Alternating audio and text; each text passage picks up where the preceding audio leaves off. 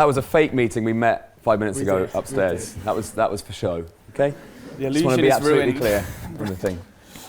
Well, it is a pleasure to be with you today, Greg. Thanks. Thanks for having me. It is our pleasure along our esteemed, as we said upstairs, lineup of far right. But anyway, so I just signed a book that Steve Bannon signed. How's your day going? Yeah.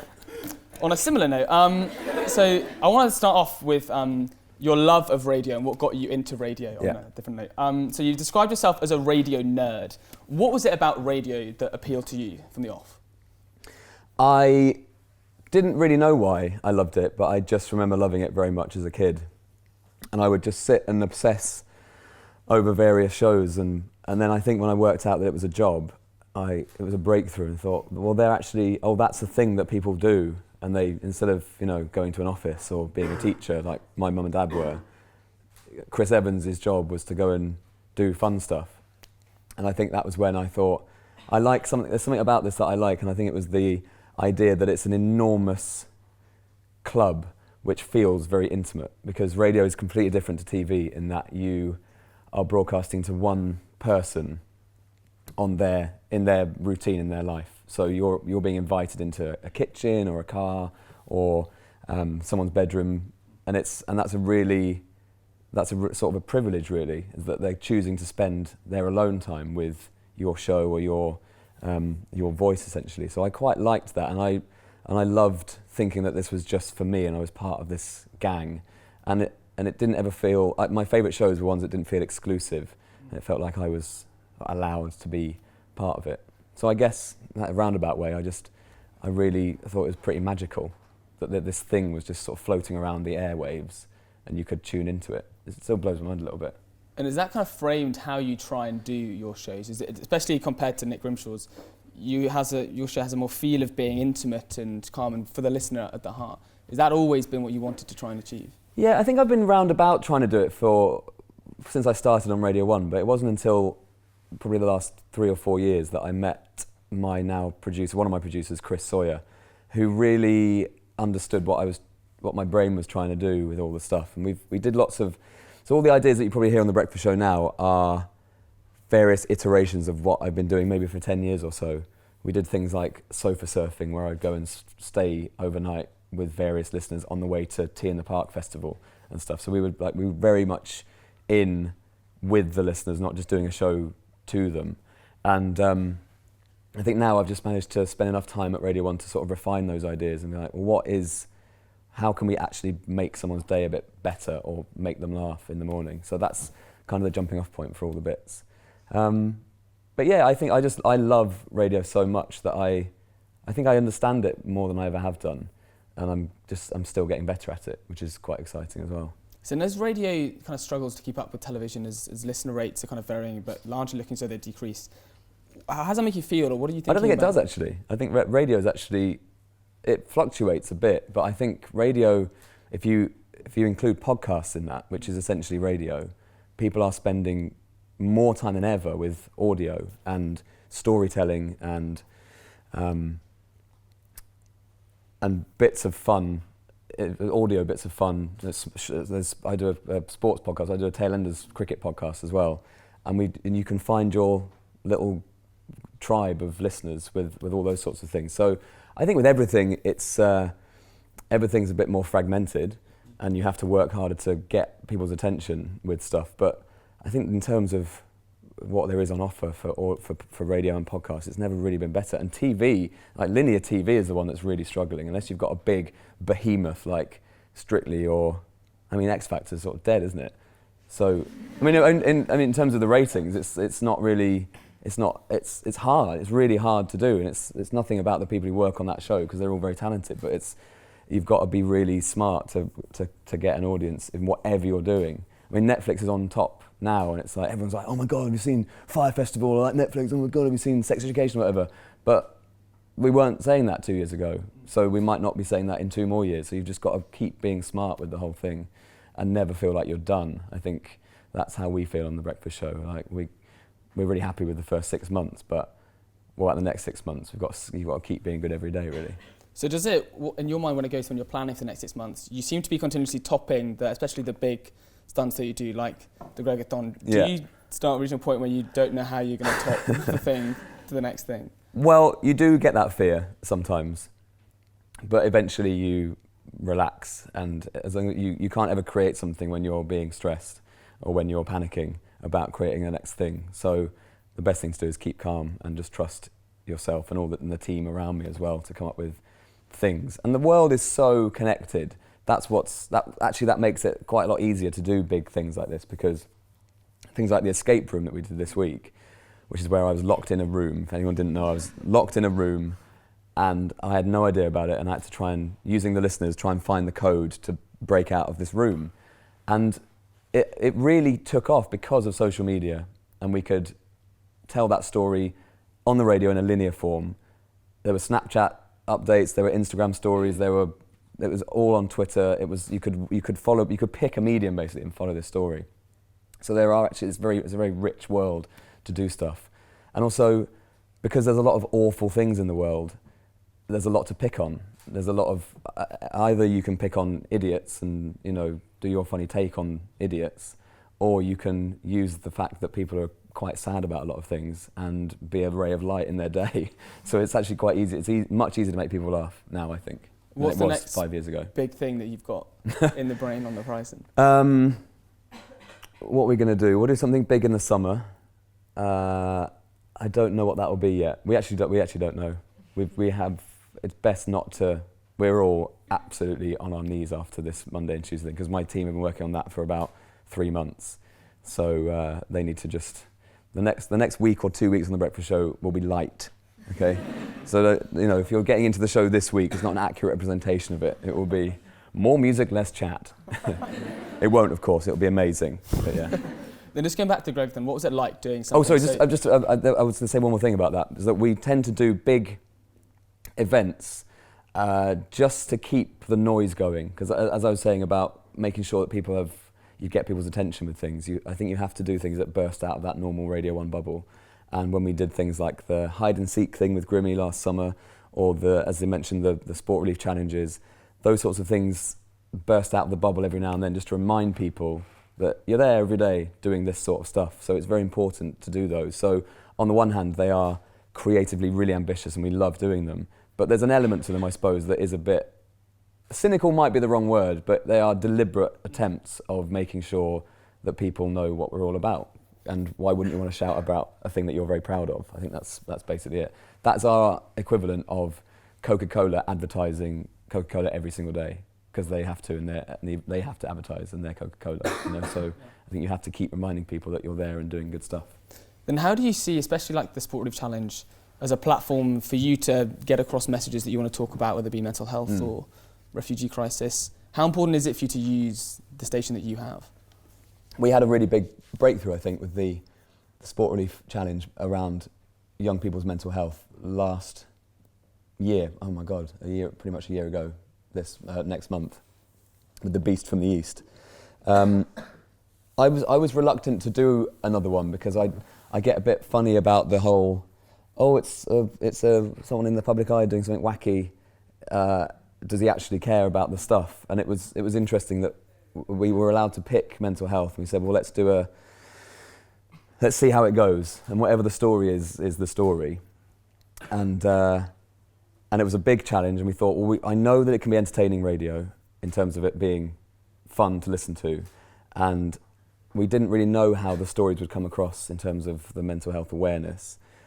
But again, we just sort of trusted our instincts to be like, well, we think that the listeners are ready to go with us on it and speak openly about their issues or their friends' or issues or whatever.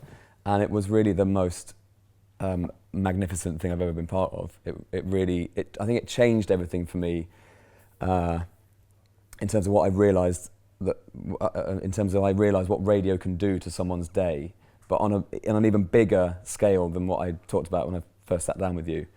I didn't just make me laugh or feel part of a gang. It was actually like you were confiding with a friend, and that's another level up, weirdly, and no other medium can really do that. Radio does it amazingly well because it is like your pal, and all the people I grew up listening to, I thought I knew them really, really well, And you kind of do, like you know about the ins and the outs of their life a little bit, and you feel comfortable enough to take their recommendations on music or a TV show or a film or whatever, but also you feel to get to a point where you feel comfortable enough to tell a radio station that you've been struggling with depression or you have suicidal thoughts or something, I think is sort of extraordinary, really. So it really it loosened up Radio 1 a little bit, and then the other DJs got involved with it and were talking about their experiences, and they were encouraging listeners to do the same. So we had this ridiculous moment where people were just confiding in a radio station their things, and it was quite overwhelming for all of us working on it, but it seemed to really connect with people. And it became less about the idiot cycling up mountains, whatever, and more about a discussion about why don't we talk more about our brains, and why in my training, why was I focused on are my legs strong enough? And it should have been, is my brain strong enough type of thing. And it was an interesting case study, I think. And it sort of changed Radio 1 a little bit, I think. And also got it right up to speed with what young people in general are talking about and how open people are getting, which is great. What were one or two most moving moments from that whole process? I guess the messages that we still get from people saying that it helped them talk to their best friend or their mum, or they realised why their dad was sad, and that made me remember what it was like when I was a kid, because my dad still suffers with depression, and when I was 15 or 16 I didn't know what that was really. And actually maybe I was 18 because I went up to university, and I didn't really know what was wrong. I just thought, oh, Dad retired. My dad was ill. He had to retire. He was a headmaster, and he retired early due to ill health, and that really hit him hard. And I didn't really understand it. I was like, why is Dad sad?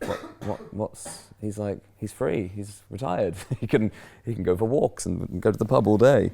But it was, and I hope that it made people listening to the shows think, oh, okay, well maybe it's not just someone's being quiet because they're miserable, they're they hate me or something. It might be because there's a deeper problem there. So that's one side of it. And I guess actually going out and seeing the listeners on the route was a really magical thing, because I was cycling through villages and towns of the people that were listening to the thing. They're like, and it was just kids on the side of the road being like, "Go on, Greg!" And it was it felt like a Richard Curtis film. For people like running out with £10 notes and stuff, and Hugh Grant at the top of the hill with a pint type of thing. But it was really nice. Yeah. So you say that you think that this kind of thing helped bring Radio 1 to its younger audience and to get it back in touch. Do you think that you struggle with Radio 1 Extra to kind of be that station that's supposed to be for everyone, but also in touch with younger listeners as well? And does it help to have a station that's doing that alongside you? Yeah, but both stations coexist beautifully, I think, and they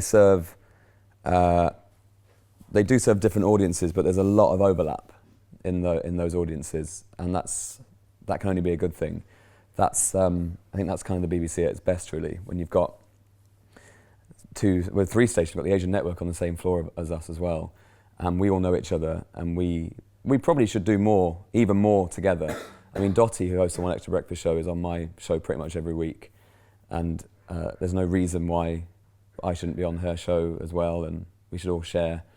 A lot of songs actually start their life on One Extra, and then they gather a bit of momentum and they come across to Radio 1, and I think they do cater in the main to very different audiences, and yeah, One Extra is a slightly younger demographic as well, and yeah, I think they work really well together. Then just jumping back to your time at university when you first got into radio, how would you advise anyone here who wanted to get into radio? What would you say to them about getting on the first ladder or getting your first toe in the water? Well, I did hospital radio, so it was just, it's not because I was desperate to do hospital radio, but that was because it was around. And so I guess student radio, I know it's Oxide, isn't it, here? So student radio is a brilliant thing to do because you learn how to put a show together, and you join the music team, and then you work out whether you... I mean, I was station manager of my student radio station, and I hated it, and actually that made me realise that I never wanted to be a manager ever, because I can't do admin very well, I can do ideas and fun stuff, but I couldn't sort of come up with a schedule or tell people off for smoking weed in the studios and stuff. And I was like, I don't know, I don't care. But oh no, don't. Yeah. I'm trying to plan my show. I don't care. So there's lots of different roles that you can do with that, and you are suddenly the grown-ups, and you can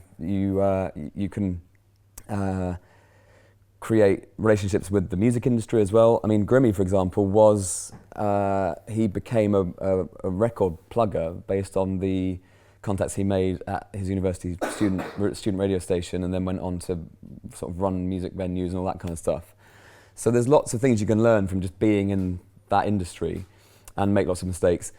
If I was doing it now, if I was 18 now trying to do radio, I would 100% be doing a podcast or thinking about an idea for a podcast, because I think it's the easiest thing to do in terms of it's a microphone.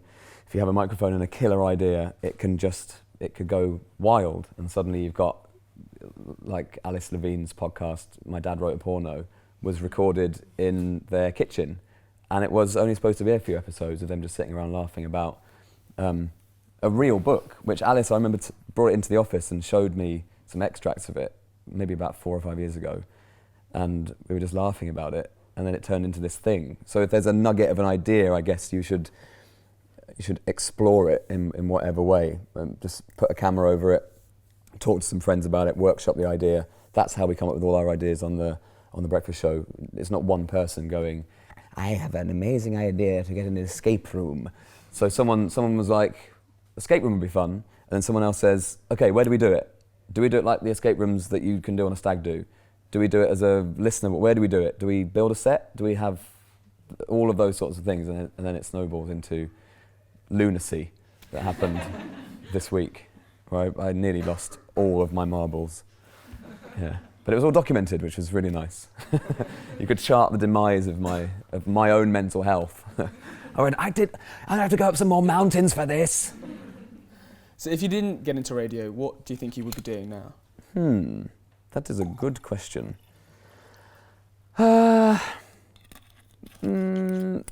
Writing, or trying to be an actor, or maybe trying to be like there was a time when I was thinking about maybe doing stand-up, and I did it at university quite a bit, and I didn't really like it very much. And that might be because at 18 you don't really have anything to say that's new or fresh, really, because it's all about your girlfriend or your boyfriend, or, oh, my mum's so embarrassing, she gave me a whop before university, that sort of thing.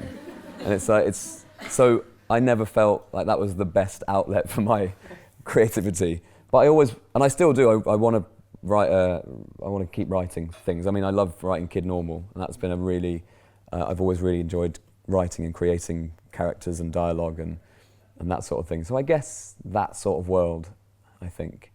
I would have been probably very bitter about the person that eventually got the breakfast show in 2019. Be like, it could have been me. Yeah. And then finally, before or a teacher, maybe. Teacher of yeah, what? Because, well, I don't know. Maybe a drama teacher. I don't know. No, I was a really big, well, English probably, or I was quite good at history, so I quite enjoyed that. But that wouldn't have been my number one dream. I feel like I feel very, very fortunate to be doing this job now. And then my final question before we hand over to the audience is, looking in the future, do you think you might get properly into stand-up, or you might move further into writing? No, I don't. I really didn't enjoy it very much. And there's an intimacy that you have on the radio which I will never want to not do. I never want to stop being on the radio. And I like presenting things on a stage, and I like hosting stuff, and I like sort of being the ringleader of things. But standing up and doing an hour and a half of jokes doesn't really give me the buzz that I thought it might do at one point. So it would definitely be on the radio somewhere. I think there's, as I said, there's nothing really like it.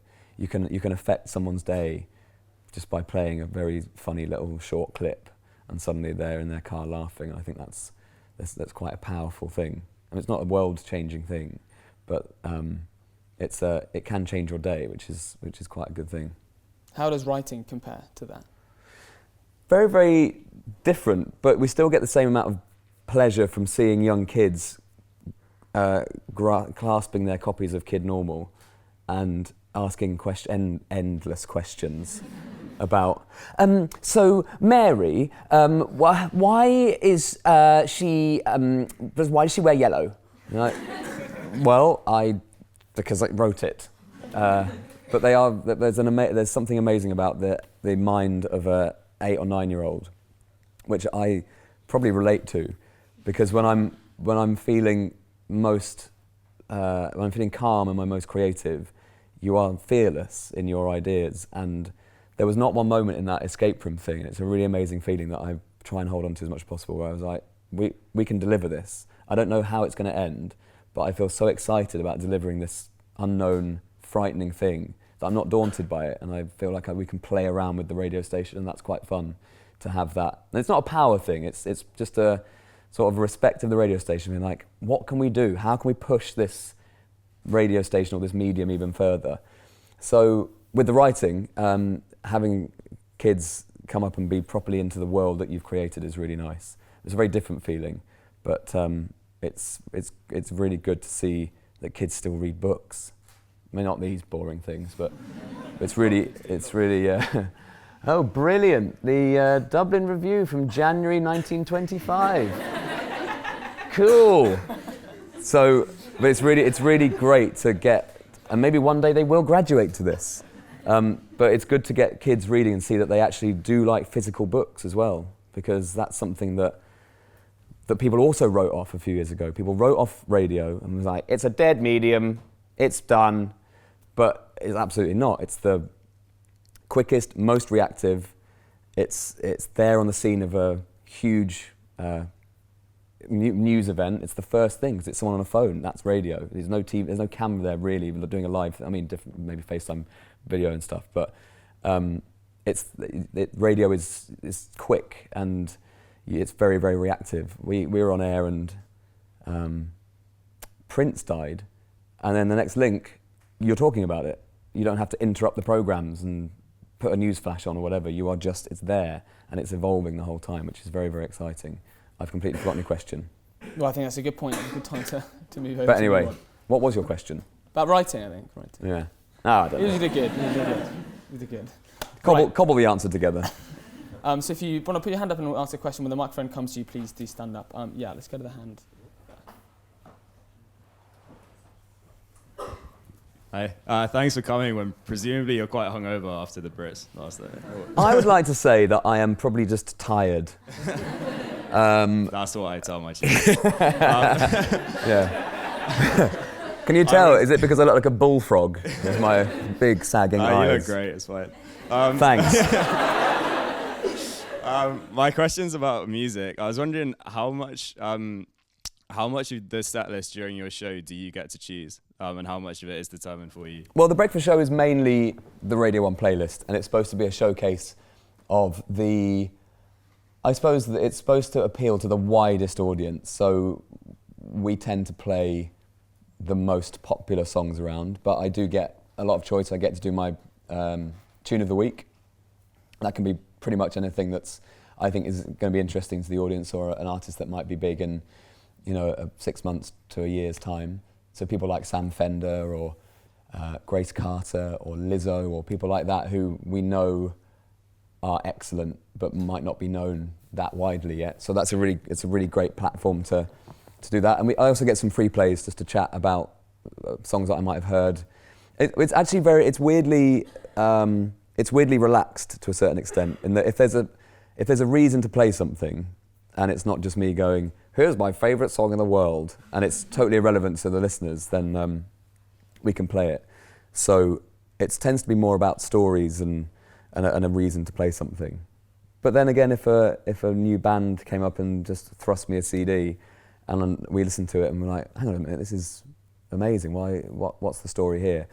So for example, the Grace Carter song, which we're playing at the moment, called Heal Me, we made into a drum and bass remix because, I sound like a reprobate, drunkenly, we were at a gig of Grace Carter's, and there's a DJ called René Levice, a very talented drum and bass DJ, and we were watching it together, and I went, René, I think this could do with a drum and bass remix. And this really cool sort of Canadian DJ was like, okay, Greg, yeah, cool, give it a go. And he did it, and it was amazing and so brilliant that the record label have now made that into the official remix because they would think it was so good. So there's stories like that which you can champion, and Radio 1 lets you be free to do those sorts of things. Yeah. And then let's go the hand 2 rows back if we can. Hi, thanks very much for coming. Just want to know, once you've done the breakfast show in the morning, what does the rest of your day look like? Crying on a train to Oxford. Questioning my diary planning. That's a very good question, and I tend to try and get out of there by about midday because we plan throughout the day just on a WhatsApp group, or I call the producers all day and we just talk about the things. And I'm also at my lowest ebb at 10 a.m. Sort of you've essentially given a performance, and I just sit there, just like, I'm done. And sometimes I actually say I'm done before the show finishes. I think it's always very important to be honest with the listeners, always. And if you make a mistake, just say you messed it up. And then it will be a variety of things. There could be an interview for the next week. A movie star could come in, or whoever. Or we record certain features and run those through. So Dottie actually comes in and does the Fact Controller feature. That is pre-recorded because she's on the One Extra Breakfast show at the same time. So we record that after the show sometimes. And there's always planning meetings or whatever. But then when we're writing Kid Normal, I will go and sit with Chris Smith in a cafe or a pub around the corner, and we'll sit and have lunch and write the books. I have the Tailenders podcast, which sort of pops up as well. And I try and have a life as well. I try to. If I can be home by 2 or 3, then I've done it. It's been a good one. So, yeah, there's lots of things that keep me busy. I've just got a new dog, which I think I've just ruined my life. So, yeah. And all my clothes. But it's worth it. Hey, rescue animals, guys, is the best thing to do. What is it? Adopt, don't shop, hashtag. Does that answer your question, sort of? Yeah, good. But also, I'd like to go, one of the things I'm trying to get back into the routine of is going to more gigs and going to comedy shows. Because I'm in bed and try and be asleep by 9:30 because I'm trying to be good for the first few months of the breakfast show. It's been a sadness that I haven't been able to watch as much live music as possible. But that will change when I'm getting to the rhythm of it slowly but surely. Yeah, using a nice tinted moisturiser so I don't look like a corpse.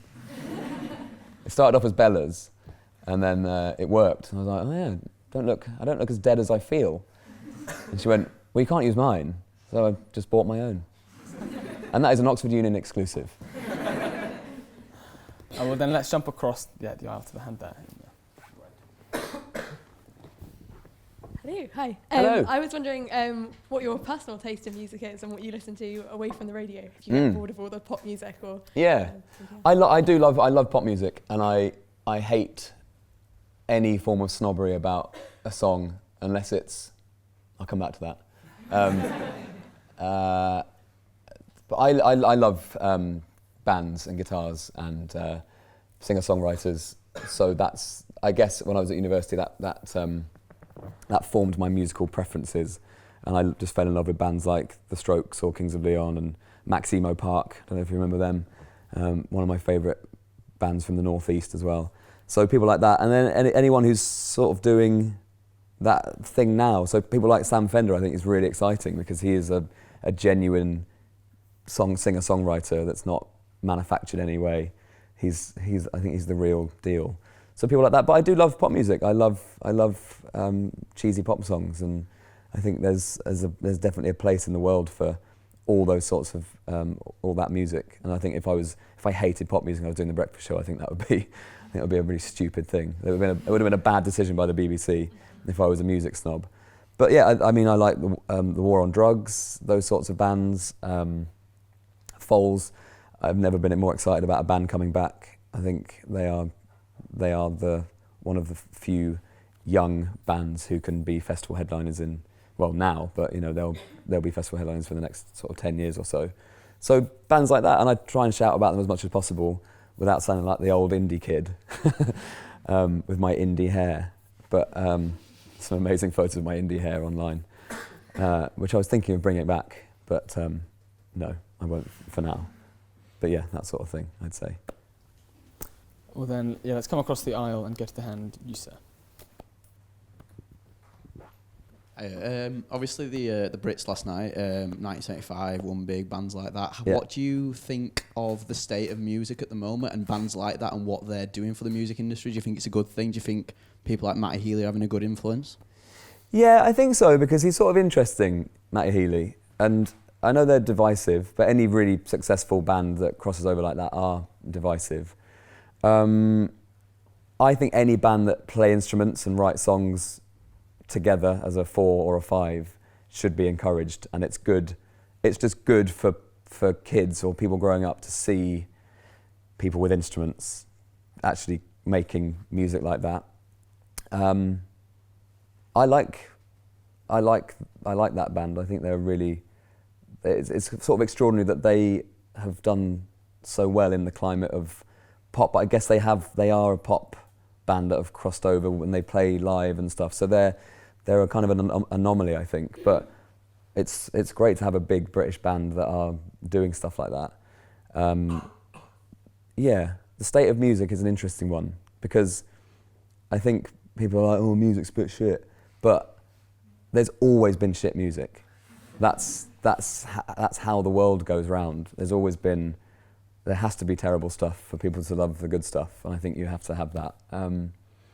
I think probably Radio 1 has been guilty and is guilty sometimes of being too obsessed with maybe views on YouTube and that sort of data, and not just trusting its instincts and its ears and stuff a bit more, which is something that I talk to the music team about a little bit, which is you can just go, well, they've got 1 billion views on YouTube, but it doesn't mean that you should play BTS every half an hour, because it might be unpalatable for a lot of people.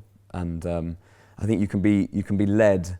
I think a thing can appear bigger than it actually is, in terms of what people like to listen to. So, yeah, I'm not sure if I've given you a good answer there. Hopefully, some interesting nuggets.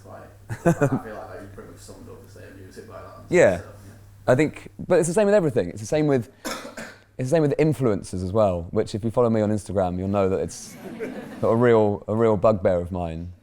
People that are, and there are some amazing people doing great things on YouTube and on Instagram and using their following for good and not just personal gain. But there are some awful people who just sell stuff to their followers, and they're getting away with it, and they shouldn't get away with it. They shouldn't be allowed to do Big Mac adverts that are that pretend that they're not adverts. And you can't. That's terrible. That's not creative. It's cynical and it's greedy, and it's sad because kids will grow up thinking, oh, I'm going to be an influencer, and you're suddenly selling diet coffee on Instagram. You're like, well, they paid me $2,000 for that. I'm like, oh, well done, brilliant. So what? I mean, that's your legacy. Okay, well, if you're happy with your legacy, then fine.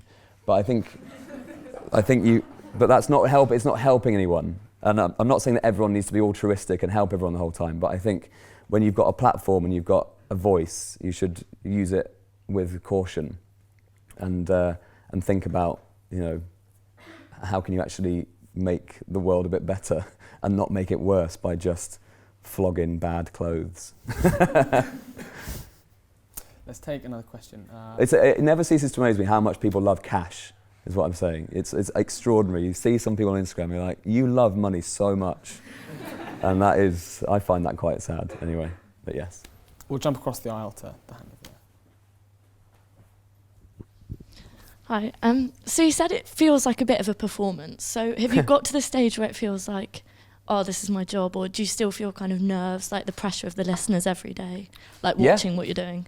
More than ever, really. I think with The Breakfast Show, it definitely reignited the passion in my belly to try new things and keep pushing myself. I think I feel challenged by this job, and I find it hard at times, and I have to really work at it, and we run things through and we practice things, and I should be getting better every day, really. I think that can be a danger of getting a job like that, is that you can start believing that you're amazing, and you're like, well, I'm on the breakfast show now, I've got nothing to learn. And the minute you stop learning is the minute you're dead, really. You have to keep listening to people around you, and you have to keep getting better. And I feel like I am getting better, which is great. I never thought that's, I guess it comes from being an old man now, but you realise that you're never done, and that's quite an exciting thing. It's not, you should never feel like you can just sit back and go, well, I'm done now, I'm on the breakfast show, come and listen to me, I'm brilliant. Because, as I said earlier, you have to keep evolving and listening and learning, and also adapting to the world. And we weren't talking about these gender issues or race issues or mental health issues or the sort of division in politics as much as we are now. We weren't talking about this in 2014, and Radio 1 was very different to it is now. Brexit wasn't even a thing. I remember those amazing days. So you have to adapt to the world a little bit, and you have to have your eyes open, and that's why I try and read as much as possible.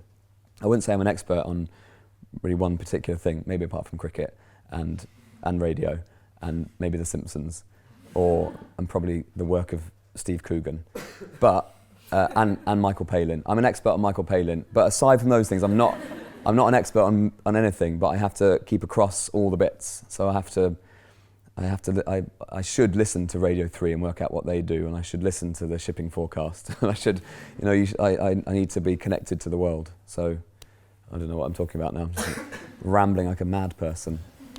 Well, let's jump to another question. Can you come to the I'm going to have your water, Dan. Do steal it. Go. Leaving you with 2 sparkling bottles, which no one wants. No one wants. Hi. Hi. People in Oxford love the cheese floor, and they love old music and ABBA and Cher and Earth, Wind and Fire. Yeah. Why don't Radio 1 play that music? It's a really really good question. I think there was a time, or maybe it still is a bit the same, where Radio 1 is embarrassed by things that happened more than 10 years ago. And what's roughly your age? 18, 19. You don't just know about the music that came along in your life. I mean, I don't. I know I grew up listening to The Police or Eric Clapton or Joan Armour Trading because my mum and dad listened to it, or Dire Straits or whatever. So I think it's a really, really good question. When I played Africa by Toto, which you all know, obviously, because it's an iconic song, when I played it on The Breakfast Show, it went mad. People were just like, I can't believe it, this is amazing, what an amazing song. Because it is an amazing song, and I think there are definitely moments where I think we are softening that a little bit, but in a very traditional BBC way of, well, 15 to 24-year-olds don't know about anything apart from Justin Bieber. And I'm trying my very best to go, no, people aren't stupid, and also no 2 15-year-olds are the same. And and the other thing is, it's sort of our job to educate people that this is where this music came from, or the reason why Arctic Monkeys are so good is because the Beatles were so good, and all of those sorts of things. So it's a very good question, and I will be putting that to the Director General of the BBC, Tony Hall. Yeah. If he had his way, it would just be opera the whole time on Radio 1. I was just wondering, when you switch to The Breakfast Show, obviously you've got a new audience, new expectations, a new team. You've got Rasheen instead of Chris on the news. How did that change the dynamic of the show, and how did you react to that? If you didn't hear, it was a question about how the dynamic changed on the new show and the approach of sort of getting that together. I wanted to start, it needed to be pretty much brand new, the only thing being me, that's the same person. But it needed to have different personnel. I had one producer that I brought across, and then a new one, and a couple of other assistant producers. And it needed new ideas and new thought. And really, when I went on air that first day, and I still do it actually to a certain extent, I do a show expecting that it's the first time someone's heard me, and then you never assume too much. There are some in-jokes and stuff, but they're normally explained and you can pick them up. It's It's not rocket science. But Ainsley Harriott is not rocket science. But yeah, I think that was the approach, is that this will be the first time anyone's ever heard of me or ever heard my show. So that was the starting point. That was the blank piece of paper. And I think when you start there, you then build the show up over time. So we didn't want to bring too many of the old features across deliberately. Chris had been on Newsbeat for a long time anyway, and that was the right time for him to step down from the afternoons, and we just wanted to go with a whole new team really, and see what that new input would do. And so far, I'm very, very proud of it. Really, really proud of it, actually. Yeah, let's jump to the hand there.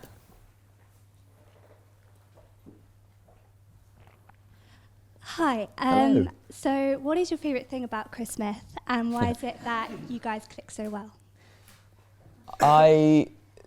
Well, he's an incredibly smart man, and he's just one of the funniest people that I've ever met and definitely worked with.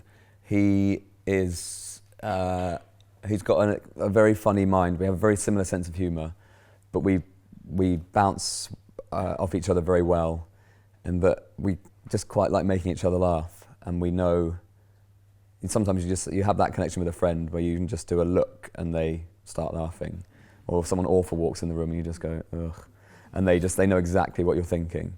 So that was, and actually winding the clock back, I don't know, 15, 20 years, I used to listen to him when he was on the XFM breakfast show, when he was Christian O'Connell's newsman and sidekick, and I just thought he was hilarious. And then one day, purely by chance, I was on the early breakfast show on Radio 1, and he was the temporary newsreader at 4:30, and he just buzzed down on the talkback and went, "Hello, it's Chris Smith with your 4:30 news." And I pressed the button and went, the Chris Smith. And he went, "A Chris Smith." And I went, "Oh, it is you." And then I sort of ran upstairs to be like, "I love you, you're amazing." Because we'd never met before. And then suddenly he was just on my show. And then we started doing the podcast together, which was so much fun. And I do miss that very much, but there was just no world in which that could exist at the moment. But we will do something else together at some point. And we love sitting and writing those books together. And he's a much better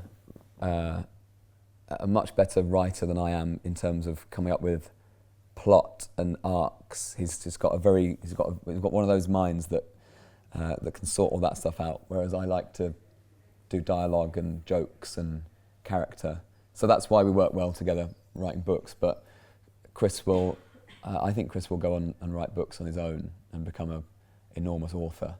In fact, he's just done a sort of a reimagining of an Alice in Wonderland tale, which I think comes out soon. So he's sort of doing that, which is what he should do, because he's just an extraordinarily talented man. And we want to make it into, I think this might be another Oxford Union exclusive Oxford Union. We are in talks with a company to make it into a TV show, Kid Normal, which would be really fun. No more details than that at the minute. It's just ideas flying around, but we want to, and we will want to write bits of that together. So that's definitely an ambition for it, because we write it very visually, if that makes sense, and we like to imagine. It's very cinematic in some of its set pieces. So we always thought that it might work well as a live action thing. So yeah, those are a few of the best things about Chris Smith. Let's jump to another question. He likes cats more than dogs, though, which is slightly wary of people like that. Any others? We've run dry. No? I was just going to ask whether you had a favourite show in your career, or a particular moment that really stood out for you. Yes, there's been a few. I would say one of the ones that really cemented for us as a team and the management of Radio 1 that the breakfast show was a force for good, but not twee and sort of lame, was the show we did before Christmas we did a show for young carers in, actually, just down the road in Didcot. And we put on this show for a load of young carers, but did it in a very, well, I hope it wasn't a sort of lame, come on guys, let's help the young carers, they're so deserving. We hope that it came across as a sort of a very community-based thing where we were just pulling in favours from all over the country, like a bloke would drive a Christmas tree down from Lincoln or wherever it was, and people would give us snacks or like DJ equipment or whatever. So we sort of crowdsourced this whole thing. And then we did that show on the day before we broke up for Christmas, the 21st of December. And it felt like a really nice celebration of what we'd done on the show so far. So I think that was a show where we all sat back and went, okay, feels like this hasn't really been done in this way on Radio 1 before, and we were very, very proud of it. So probably that. And Nick Knowles turned up, so. Any other questions? He was invited, by the way. He wasn't, he just walked past. Hi. How does it feel to like discover new artists and kind of make them more like well known? Like with Adele with like Hometown Glory, do you feel a bit smug, or do you feel just kind of like happy to have brought that to everyone? I think you can I think some certain DJs can overdo their own importance in breaking an artist, but it's great to introduce people to new stuff, certainly. Adele was always going to be massive, and Adele, but you're referring to, and that's great knowledge, that was my first ever record of the week on the Early Breakfast Show. And it's still one of my favourite songs, probably because it's very special in terms of I was 21 and panicking about everything, and that song sort of settled me. It's just nice to introduce people to new stuff, whether it's their new, I think I said it earlier, but it was their new favourite band or their new favourite thing. That's what radio's so good at, is that it is there when you're in your life creating memories, and you do associate certain songs with certain times, and I definitely associate certain songs and presenters with certain times in my life. So it feels very special to be that for other people, I guess. But yeah, Adele would have been fine without me, I think, to answer your question. But yeah, it's great. People I keep going on about Sam Fender. It sounds like I'm obsessed with him. I sort of am a bit. But he's someone who is on the cusp of about to be really, really massive. And it's exciting to... It's a relief for me that I still care about that, actually. Because I didn't know what I'd be like at 33. But I feel younger and better at life than ever. And I guess you think at 33 you might be irrelevant, but weirdly I feel in the best possible position to do this breakfast show now, because I guess I've been 20 and I've done my 20s and I've made horrible mistakes and done all those things. So I sort of know what it's like to do all that stuff, and I still care about new music. I think that was the big shift with this breakfast show, is that it's not really particularly for any age group. We kind of target it around about 20-year-olds, or what we think a 20-year-old might find funny.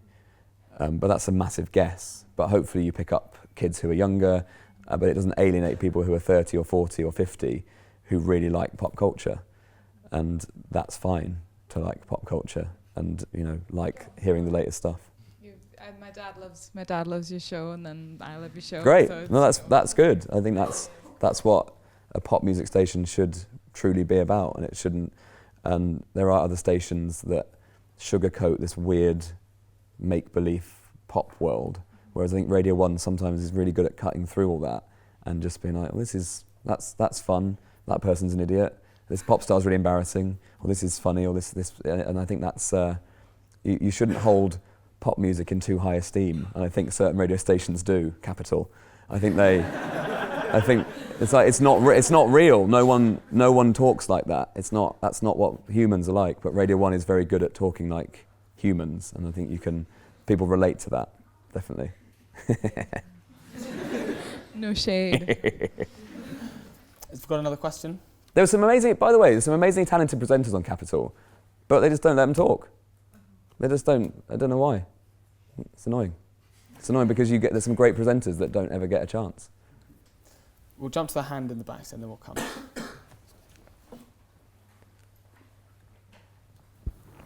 I feel we have to mention tailenders at some point. Really? So have you got anything special planned for the World Cup? We have actually, yeah. I don't think I'm allowed to talk about it, but Okay, I'm going to.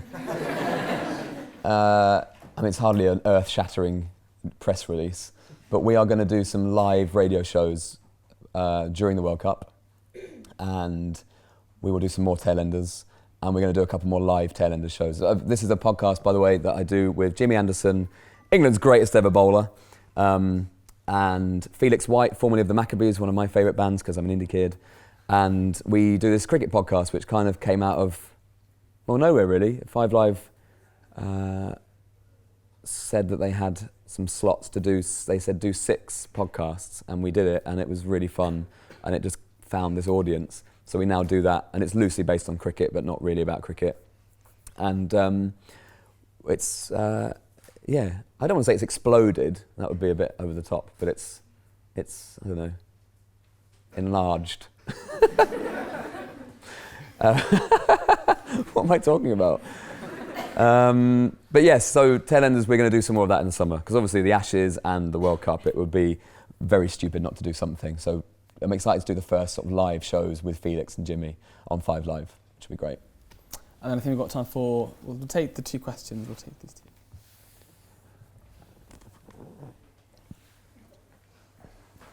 My question is very simple, and I'm wondering, how do you prepare your voice before the breakfast show?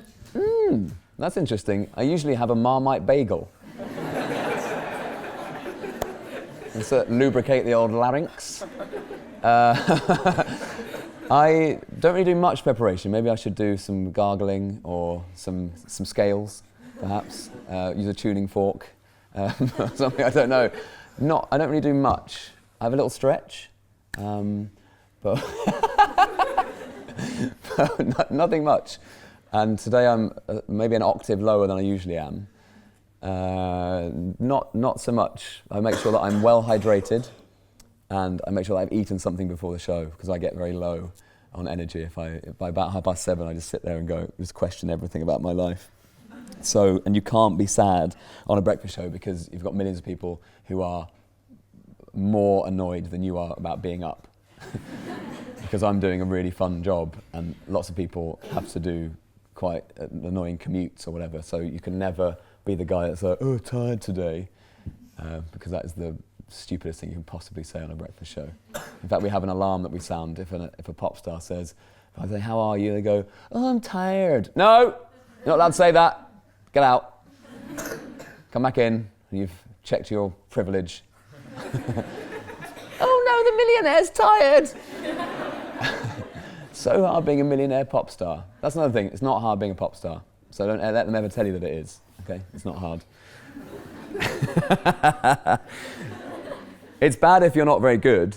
That's what people get confused with, and they think the struggle is why it's hard, but it's just because they're not very good. So I don't do much preparation for in terms of the voice. But we do a meeting at 5:30 around a very trendy standing table, and we all sit there firing off creative ideas and work out how to put Ainsley Harriott into every feature.